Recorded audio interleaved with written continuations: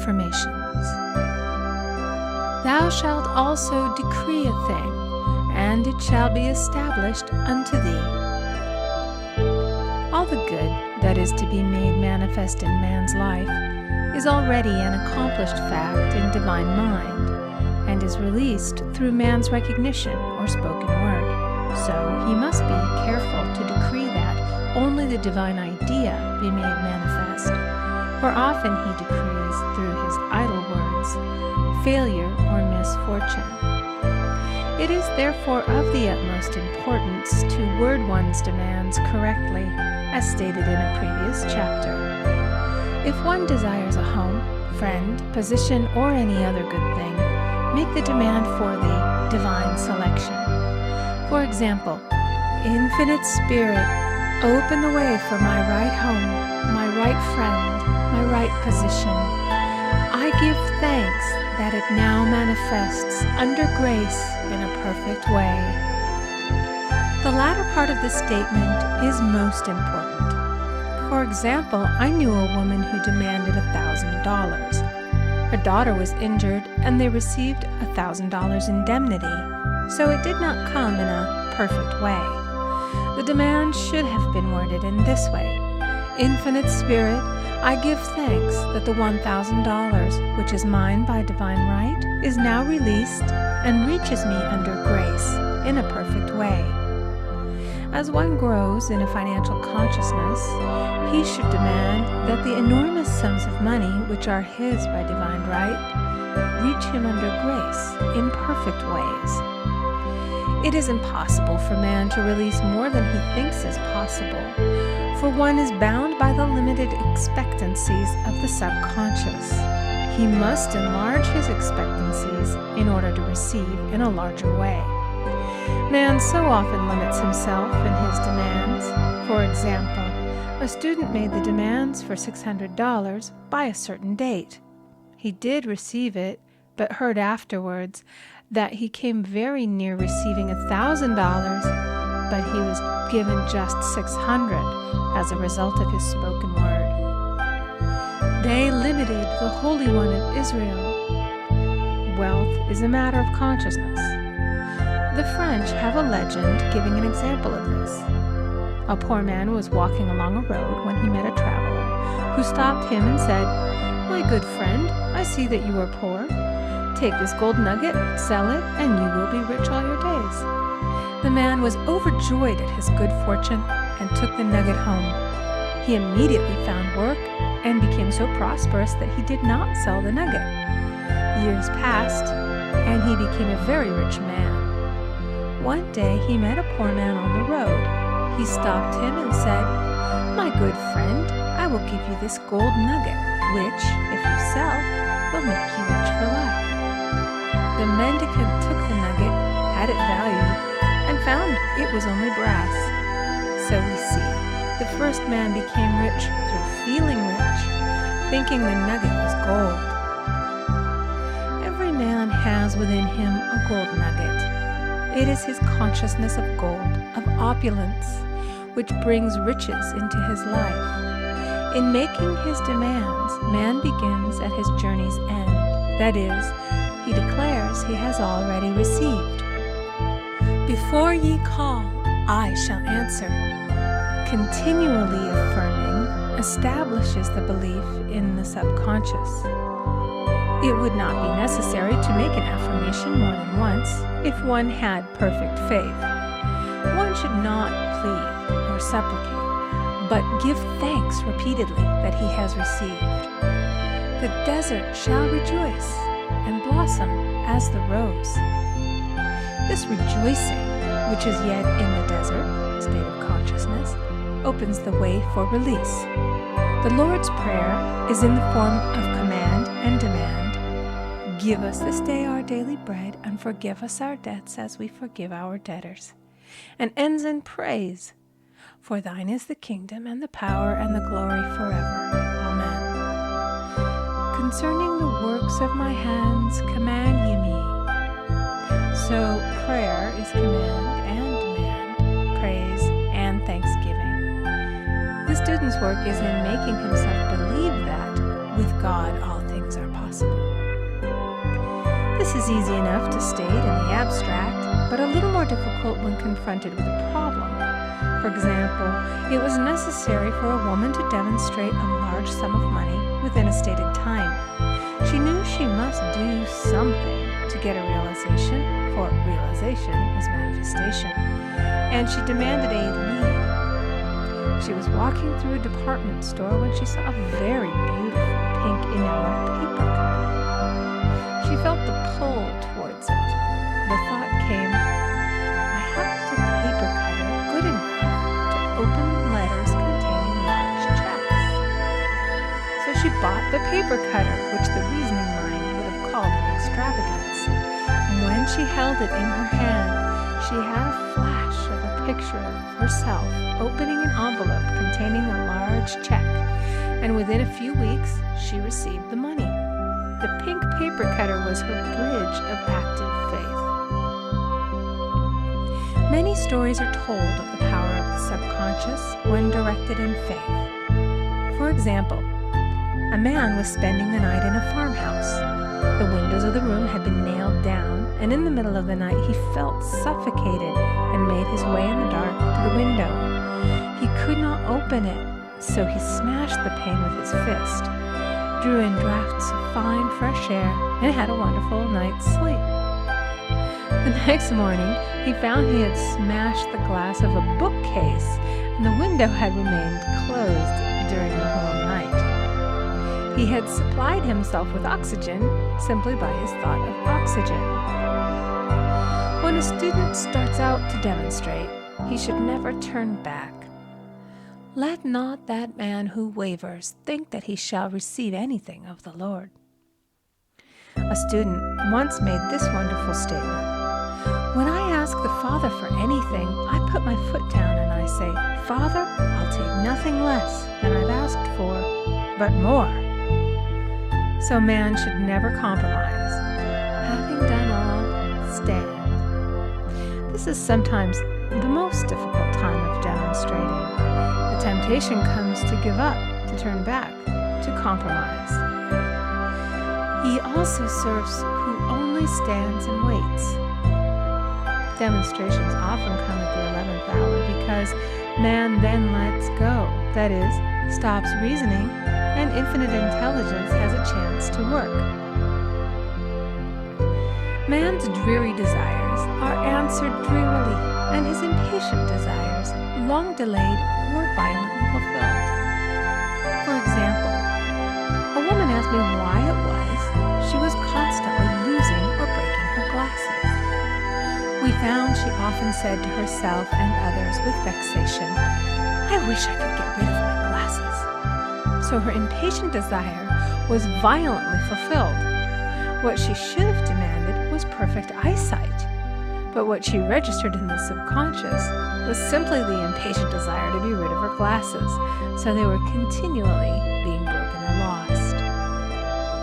Two attitudes of mind cause loss. Depreciation, as in the case of a woman who did not appreciate her husband, or fear of loss, which makes a picture of loss in the subconscious. When a student is able to let go of his problem, cast his burden, he will have instantaneous manifestation. For example, a woman was out during a very stormy day, and her umbrella was blown inside out. She was about to make a call on some people whom she had never met, and she did not wish to make her first appearance with a dilapidated umbrella. She could not throw it away, as it did not belong to her. So in desperation, she exclaimed, "Oh God, you take charge of this umbrella. I don't know what to do." A moment later, a voice behind her said, "Lady, do you want your umbrella mended?" There stood an umbrella mender. She replied, "Indeed I do." The man mended the umbrella while she went into the house to pay her call, and when she returned, she had a good umbrella. So there is always an umbrella mender at hand on man's pathway when one puts the umbrella or situation in God's hands.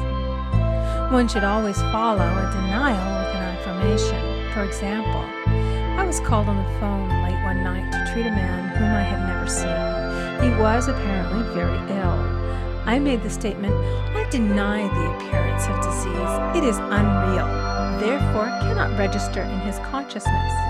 This man is a perfect idea in divine mind, pure substance expressing perfection.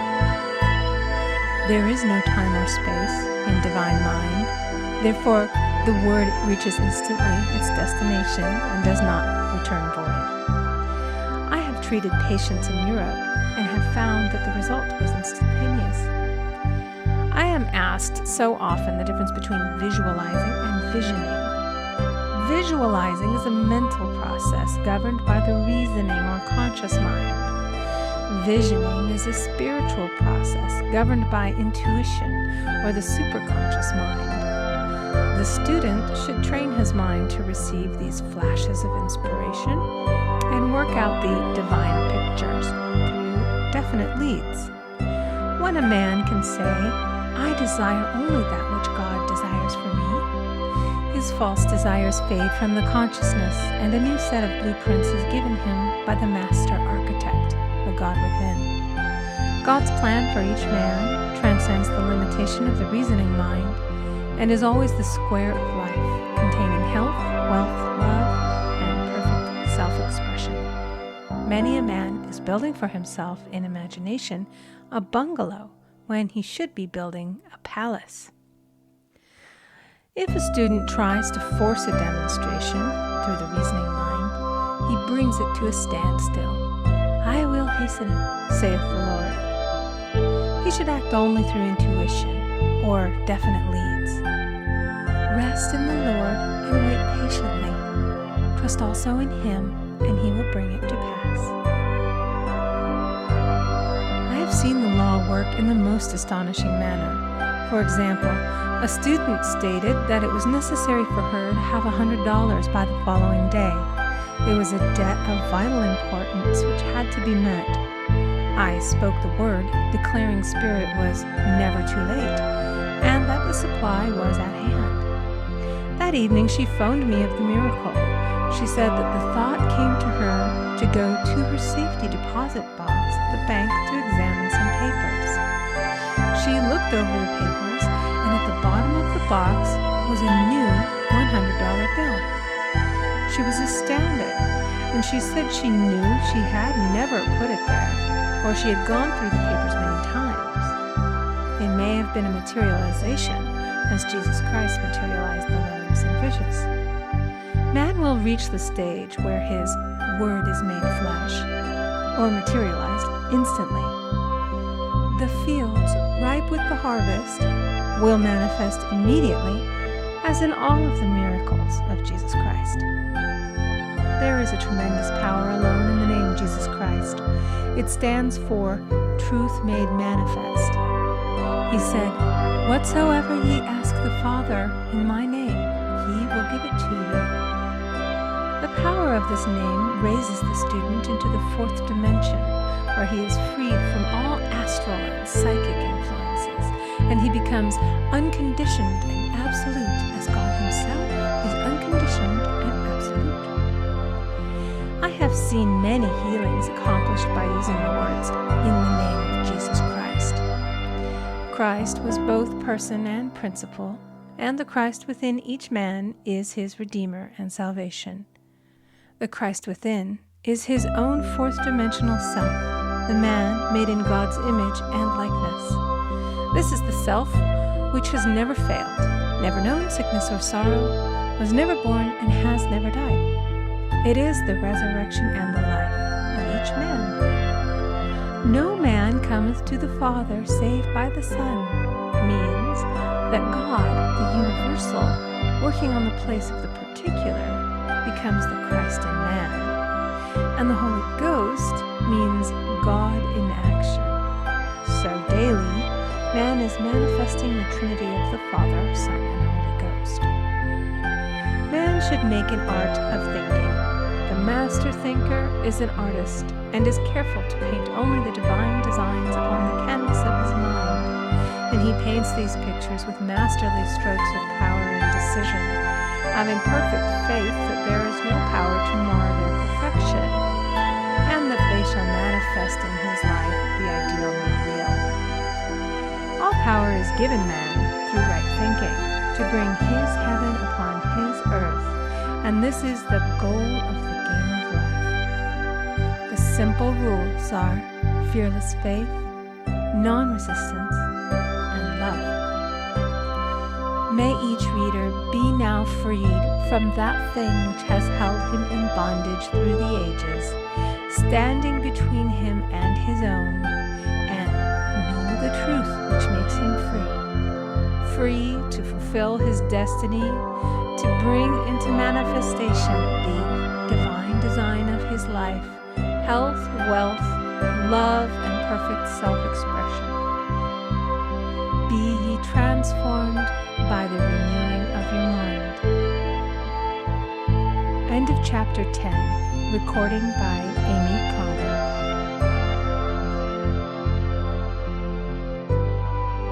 Prosperity. God is my unfailing supply, and large sums of money come to me quickly, under grace, in perfect ways. For right conditions.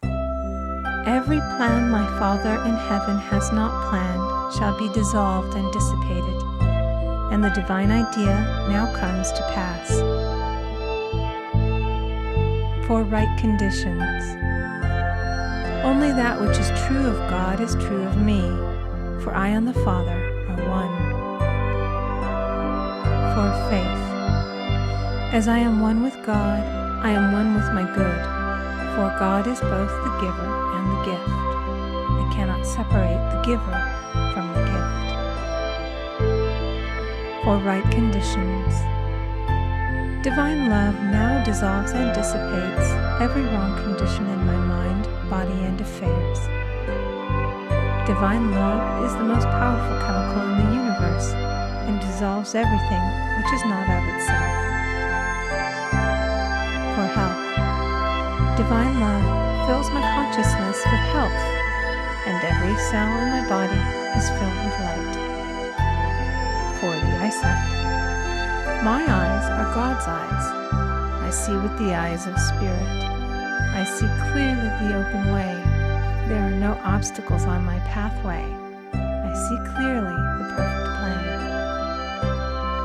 For guidance. I am divinely sensitive to my intuitive leads and give instant obedience to thy will. For the hearing. My ears are God's ears.